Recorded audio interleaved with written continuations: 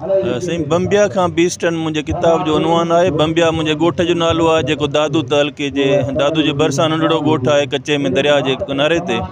ऐं बीस्टन नॉटिंगम शहर में हिकिड़ो टाउन आहे जिते यूनिवर्सिटी ऑफ नॉटिंग में मूं PhD कई। त मां पंहिंजे ॻोठ खां वठी उन बीस्टन में जेके 4-5 साल गुज़ारिया आहिनि, इहे 50 साल ज़िंदगी जा जेके तजुर्बा आहिनि, इल्मी अदबी सफ़र रहियो आहे, कैरियर जो रहियो आहे, यादूं रहियूं आहिनि, जन माण्हुनि सां मेल मुलाक़ातूं थियूं आहिनि जेके आलमी लेवल ते university of Oxford, Cambridge, Manchester, Brunel, उन खां अलावा मुख़्तलिफ़ मुल्कनि में जिन में अमेरिका बि आहे, UK बि आहे, यूरोप बि आहे, यूरोप जा केतिरा ई मुल्क आहिनि, जॉर्डन आहे, चाइना आहे, ईरान आहे।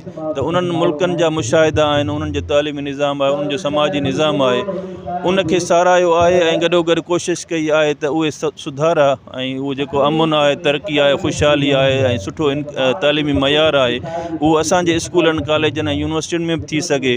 त उन जे लाइ जेके मशवरा आहिनि, उन जे लाइ ॻाल्हि ॿोल, उहो डिस्कोर्स, उहो बि इन किताब में शामिलु आहे।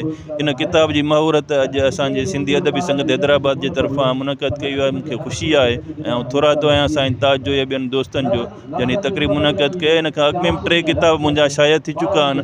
2017 में हिकिड़ो किताबु शाया थियो, यूनिवर्सिटियुनि में सुधारनि जी ज़रूरत, ऐं उन खां पोइ 2024 में साइंस ऐं अदब ऐं आर्ट जेको रिनासेंस जो पस मंज़र में आहे, शाह अब्दुल लतीफ़ भिटाई जी शाइरी जी पस मंज़र में आहे। ऐं उन खां पोइ तालिब जे तहक़ीक़ जा उहो बि उन्हनि साॻियुनि मौज़ूअनि ते तालीम ऐं तहक़ीक़ जे मौज़ू ते आहे।